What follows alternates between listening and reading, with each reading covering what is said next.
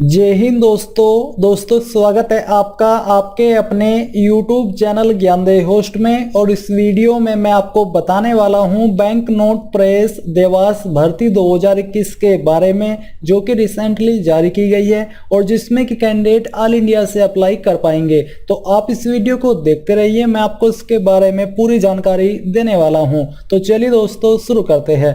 दोस्तों यहाँ पर अभी जो आप वीडियो में देख पा रहे हो, ये एम्प्लॉयमेंट न्यूज की ऑफिशियल वेबसाइट है और यहीं पर दोस्तों जो आपका एम्प्लॉयमेंट न्यूज का पेपर है 8 से 14 मई 2021 का एडिशन, इसके अंदर इस भर्ती का अनाउंसमेंट किया गया है। ऑफिशियल वेबसाइट के ऊपर अपडेट होने में थोड़ा टाइम लगेगा, मे बी आपको 8 मई के अंदर ऑफिशियल वेबसाइट के ऊपर ये देखने को मिल जाए। तो यहाँ पर दोस्तों बात करते हैं इस भर्ती के बारे में। आप यहाँ पर अच्छे से देख लीजिए, ये आपका एम्प्लॉयमेंट न्यूज पेपर है, आपको इस तरफ देखने को मिल पा रहा है 8 पेज पर, bank note press Dewas MP। तो यहाँ पर दोस्तों ये जो आपकी भर्ती निकाली है, ये आपकी वेलफेयर ऑफिसर जिसके लिए एक पद है। सैलरी आपको इस पर 29,740 रुपए से लेकर 1,03,000 रुपए दी जाएगी। सुपरवाइजर इंक फैक्ट्री के लिए एक पद है। सुपरवाइजर इंफॉर्मेशन टेक्नोलॉजी के लिए भी एक पद है। जूनियर ऑफिस असिस्टेंट के लिए 15 पद है और जूनियर टेक्नीशियन इंक फैक्ट्री के लिए 60 पद है। जूनियर टेक्नीशियन प्रिंटिंग के लिए 23 पद है। जूनियर टेक्नीशियन इलेक्ट्रिकल IT के लिए 15 पद है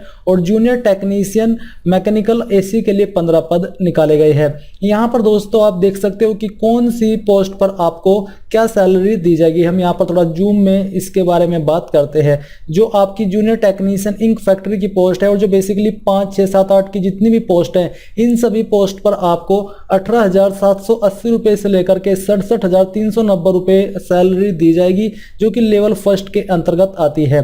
साथ ही यहाँ पर आपको आपकी एज लिमिट भी देखने को मिल पा रही है। मैं आपको यहाँ पर इसकी इंपॉर्टेंट डेट्स बता देता हूँ। आपको इसी नोटिफिकेशन में नीचे की तरफ देखने को मिलेगा कि आप लोग इस फॉर्म को 12 मई 2021 से लेकर के 11 जून 2021 तक भर पाओगे। अब मैं आपसे ये जानना चाहता हूँ कि क्या आप चाहते हैं कि जब आपका 12 मई 2021 को अप्लाई लिंक एक्टिवेट हो, मैं आपके लिए फॉर्म फिलअप की वीडियो बनाऊं? तो आपको मुझे कमेंट करके बताना होगा कि मुझे फॉर्म फिलअप की वीडियो बनानी है या फिर नहीं बनानी है, क्योंकि वो वीडियो आपके कमेंट्स के ऊपर ही डिपेंड करेगी।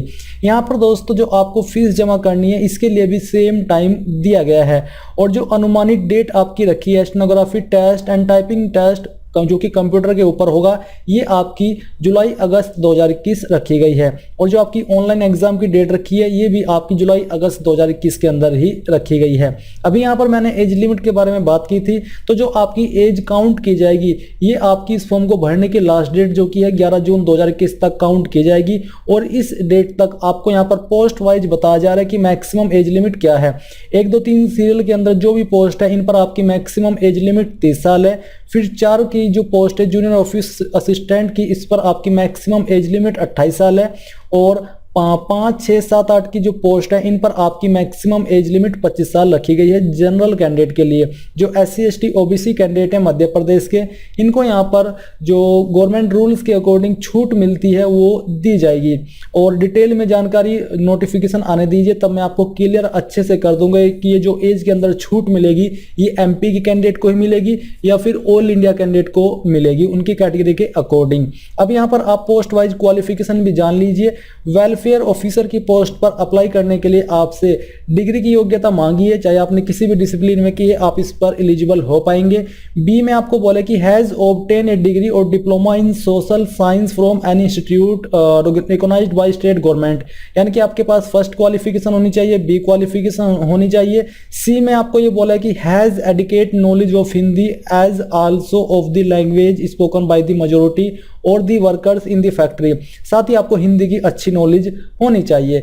जो आपकी सुपरवाइजर इंक फैक्ट्री की पोस्ट है, इस पर आपसे first class full time diploma मांगा है, जो कि आपका डाइस्टफ टेक्नोलॉजी या फिर पेंट टेक्नोलॉजी या फिर सरफेस कोटिंग टेक्नोलॉजी या प्रिंटिंग इंक टेक्नोलॉजी, जो कि बेसिकली यहाँ पर आपको डिसिप्लिन मेंशन किए गए, इनमें से किसी एक में होनी चाहिए। अगर आपके पास ये नहीं है और आपके पास फुल टाइम BSc है जो कि केमिस्ट्री में आपने की है, तब भी आप इस पोस्ट पर अप्लाई कर सकते हो। जूनियर ऑफिस असिस्टेंट की पोस्ट पर अप्लाई करने के लिए आपसे ग्रेजुएट की योग्यता मांगी है, जिसमें कि आपके कम से कम 55% होने चाहिए।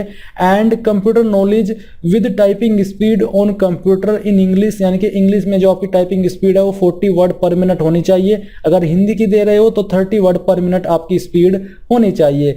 जूनियर टेक्नीशियन प्रिंटिंग की पोस्ट पर अप्लाई करने के लिए आपसे ITI सर्टिफिकेट मांगा है, जो कि आपका प्रिंटिंग ट्रेड, जैसे कि यहाँ पर आपको बोला है इनमें से किसी ट्रेड में होना चाहिए, जो कि यहाँ पर मेंशन किए गए हैं। साथ ही आपको बोला है कि 1 year NSE certificate from NCVT, आपके पास 1 साल का NSE सर्टिफिकेट होना चाहिए जो कि NCVT के द्वारा रिकॉग्नाइज्ड हो।